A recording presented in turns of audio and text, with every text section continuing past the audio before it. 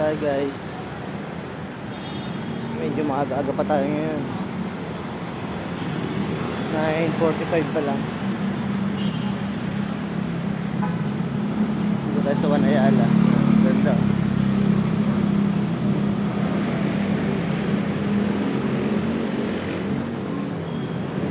Pumunta na tayo dito sa aking pangalawang tahanan, SM Makati.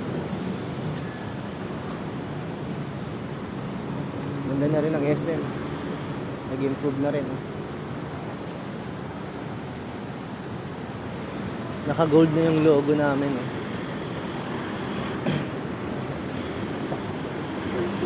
Golden anniversary.